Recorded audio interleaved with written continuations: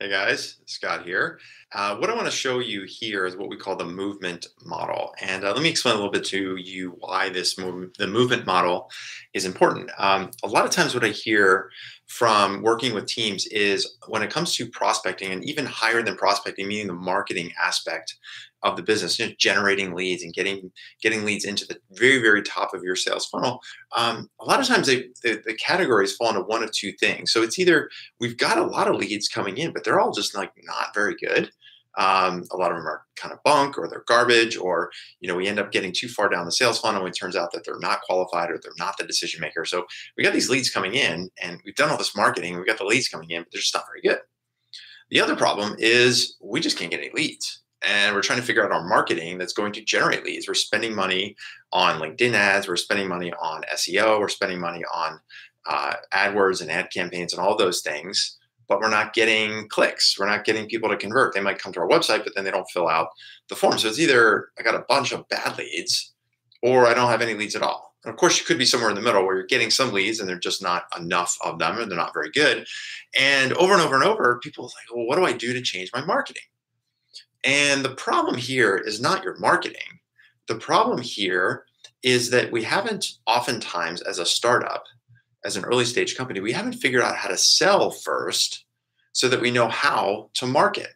And what I mean by that is that in order to get movement, in order to get motion or momentum in your sales process, and more importantly, later on down the road in your marketing, is we have to be really clear about the motivation and the metrics of our buyers. Like, why are they going to take action with us? And if we're early in our sales process, if we're early in developing our customers, if we're early in building our customer base, then it's hard for us to know exactly what the value proposition is for our product in our market. Now, we have some guesses, we have some hypotheses, and we can put those hypotheses into headlines in a Facebook ad or a LinkedIn ad, or run SEO campaigns or do blog posts hoping that somebody reads what we think is the right way to market our product. But at the end of the day, if we don't actually have customers, if we haven't sold if with any kind of repeatability to our target market, to our perfect prospects, then any work that we're doing on the marketing side is pure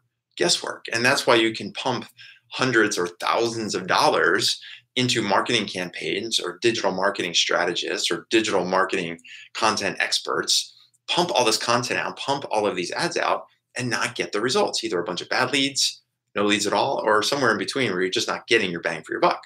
And so the movement model is designed here to show you the importance of why you need to sell first and market later. And so the movement model works like this. Let me turn my screen down a little bit. You're going to see less of me and more of the model now. So a lot of times, like I said, we're focused too much on trying to do the marketing in our target market. So if we think about marketing as kind of that wide net that we're casting out, and even if that wide net is cast out trying to catch a certain type of customer in a certain type of market, it's still marketing, right? We're throwing a lot of stuff out there, casting that net, hoping that we'll scoop some fish into the bucket, so to speak. And so too often, this is where we start, hoping that the marketing will lead to customers down the road. And this is where we want to invert what is kind of the traditional way of thinking, and that it's not about marketing first, it's about selling first. And the movement model is designed to show you why we need to sell first before we can know how to market. And so instead of focusing on the marketing aspect out here and casting this wide net, instead we want to get really focused. And what we want to look at, very, very first thing that we want to look at is our customers' needs, our customers' problems. And so the way to think about that is, what is their motivation? What is the customer's motivation to solve this problem, to make a change, to look for a solution to this problem? And so that motivation really comes down, to understanding customer needs, understanding customer problems. We talk about this a lot in the Q framework, where the very first question we always want to ask in every sales opportunity, and the first question that we want to think about when building our overall sales process is, what problem are we solving? And so that is fundamentally the motivation of our target customer. So if we're unclear about the motivation or the problem that they have and the problem that we solve, that's the very first disconnect that we could have between our marketing and the customers that we're trying to reach. So if we sell first, if we focus in on those customers that we want to target, that we think we can help with the problem that they have, then we're able to then identify their motivation for making a switch, making a change, solving that problem. So we want to start first with understanding the customer's motivation. The second step as we move out on these kind of rings is to understand metrics. So what are the customer's metrics? What is the way that they're going to measure the impact that solving this problem will have? So this is again looking at needs analysis. It's looking at why would they buy your product? Why would they install your product? Why would they use your service? How are they going to measure success? So yes, they have a motivation to make the change. However, you need to understand how they're going to measure if that problem is solved or if the solution that they've implemented is the right one or the most impactful for them. So again, getting granular, the only way to understand motivation is to go talk to customers, go and sell to them, ask them about their problems. And once we understand their problem, then we can then ask them, how are we going to measure the impact of this change that we're going to make? Are you going to measure whether or not you solved this problem appropriately and completely? So once we have these two things, the motivation, the problem that they're solving, and the metrics by which they're going to measure success in solving that problem, now what we have is our value proposition. It's like, hey, we help you solve XYZ problem and help you get 1, 2, 3 results. That is a value proposition. That fundamentally becomes our message. This becomes our sales message. This becomes the fundamental core of our communication with those customers that have that problem, that want to get these outcomes, these metrics, right? So once we have the message, once we have the motivation of the customer, we know who has the problem and what problem that is. We know how they're going to make that change, and we know how to message that. Then we can start thinking more broadly about, how do we take these individual cases that we've had, these individual problems that we've solved for 4, 5, 6, 10 customers, and start to think about using this as the core by which we're generating our marketing. And so what's missing now, this one last hoop in between, is then considering what is the method or the mode that we're going to be using to reach our target market. And by method, what I mean is, once we have this message dialed in, once we know who we're solving the problem for, what the problem is, and how we're going to generate the impact that they want, and we know how to move that into a message, a value proposition, then that should inform us how we're going to reach that target market. And that's the method or the mode of communication. And that means, in some cases, it could be writing a white paper. Maybe our target market and the way that they're solving the problem, they're looking for white papers as information. In other places, it could be going to industry conferences and speaking on the stage. In other cases, it could be running Facebook ads or LinkedIn ads. In other cases, it could be putting together your own events. We've got one client that's putting together corporate breakfast right now for the healthcare sector, because that's their target market and that's the method by which they're going to be able to reach the executives in that particular market.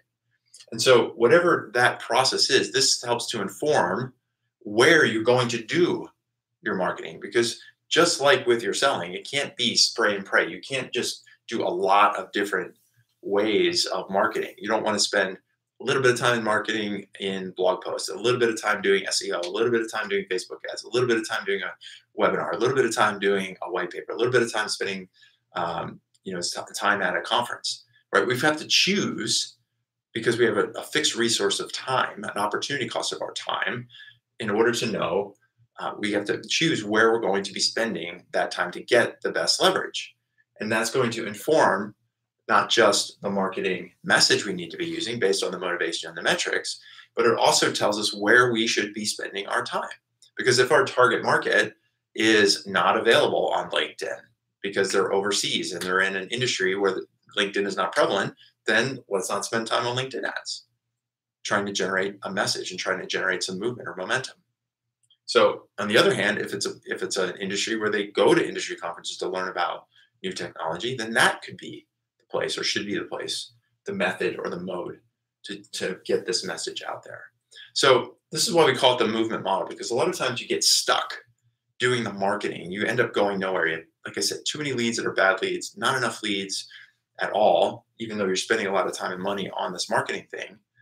But if you don't have the core of selling and understanding and seeing with proof that you're solving a key problem, knowing what the problem is, being able to solve it, being able to solve it to the satisfaction of your customers so they're achieving the metrics and impact that they want to get, using that as a way to inform a message, that only after we've sold can we then know exactly where and how to market to our target customers. So that's why we call it the movement model, because if you start, instead of trying to just keep throwing stuff out there and getting nowhere, if instead you just sell first, make some progress, build some momentum, get some proof, sell first, market later, that's going to generate the movement that you want down the road as you start to ramp up on your sales process. Okay, so I hope this has been useful.